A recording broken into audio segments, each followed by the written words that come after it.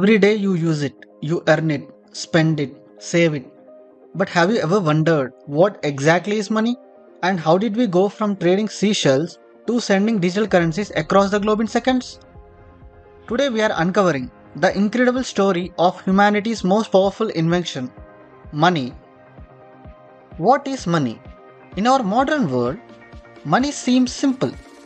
Tap your card, click a button, and value moves instantly. But behind this simplicity lies thousands of years of innovation.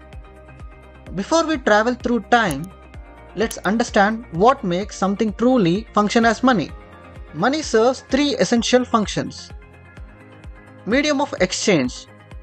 Think of money as a universal translator for value. Instead of trading your skills directly for food, you get paid in money that you can use for anything you need. Store of value. Like a battery storing energy, money stores your work today for future use. The fruits of your summer labor can feed you through winter. Unit of account. Money gives everything a comparable value. Imagine trying to price a car in terms of chickens. Money provides a universal measuring stick. For money to work well, it needs specific properties. Let's explore what makes good money. Durability. Money must last. Gold endures forever, while paper eventually wears out. Digital money? It never degrades. Portability. Try carrying $1 million in gold. Good money must be easy to move and transfer. Divisibility. Need to buy something small? Money must split easily into smaller units without losing its value. Uniformity. Every unit must be same. $1 should equal any other dollar, creating trust through standardization. Limited supply. Money's value comes from scarcity. Print too much and it becomes worthless, just as Zimbabwe. Acceptability. Most importantly, people must be willing to accept it. The more people use it, the more valuable it becomes. Let's travel back 10,000 years. You are a farmer with a surplus of grain, hoping to get new shoes for your family. Simple, right? Not quite. First, you need to find a shoemaker. Then, they must want your grain. And they must have shoes in your size. And you must agree on how much grains equal to one pair of shoes, all at the exact same time. This double coincidence of wants made trade incredibly difficult. People needed something better, something everyone would want. Enter commodity money. Special items everyone valued. Seashells near coast, salt in Rome, cattle in agricultural societies. These items worked because they were naturally limited in supply, durable enough to last, easy to transport, widely desired. But there was still a problem. How much shells equaled one cow? How much salt would buy a house? Around 600 BCE, in what is now Turkey, the kingdom of Lydia solved this problem. They created the first standardized coins, uniform pieces of metal stamped with symbols of authority.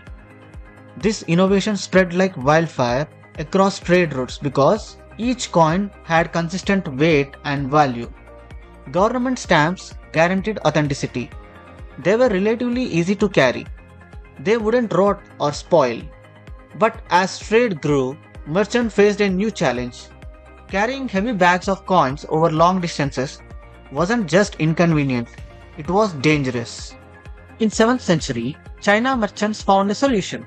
Instead of carrying heavy coins, they used paper receipts backed by stored metal. It was a revolutionary idea. Paper that represented value stored elsewhere. When Marco Polo brought this concept to Europe, it transformed global trade. Banks could now issue notes backed by stored gold, enable trade across vast distances, create credit systems, fund ambitious new ventures.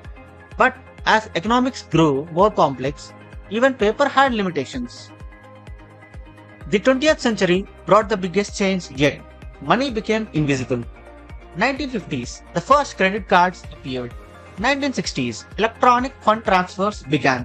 1970s, digital payment systems emerged.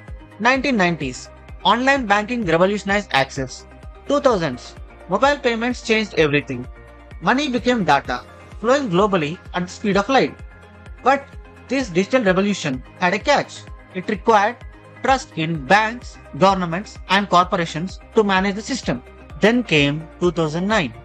As the world reeled from a financial crisis, an anonymous creator named Satoshi Nakamoto proposed something radical: Bitcoin, money without banks or governments. This new form of money was controlled by mathematics, not humans, limited in supply by code, borderless by design, secured through cryptography. It sparked a new financial revolution, challenging our very concept of money.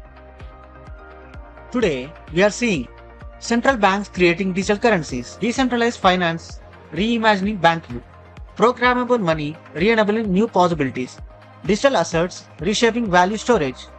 The line between physical and digital money continues to blur. From seashells to satoshis, money's evolution reflects humanity's journey. Each innovation solved problems while creating new challenges. Each step made trade easier, faster, more efficient, but one thing remains constant. Money is built on trust, whether in precious metal, government promises, or mathematical code. As we look to the future, one thing is certain: money will keep evolving to meet humanity's changing needs. What do you think money will look like in 50 years? Will we all use cryptocurrency? Will traditional cash disappear? Share your predictions in the comments below. Don't forget to subscribe for more fascinating videos from us. Thank you.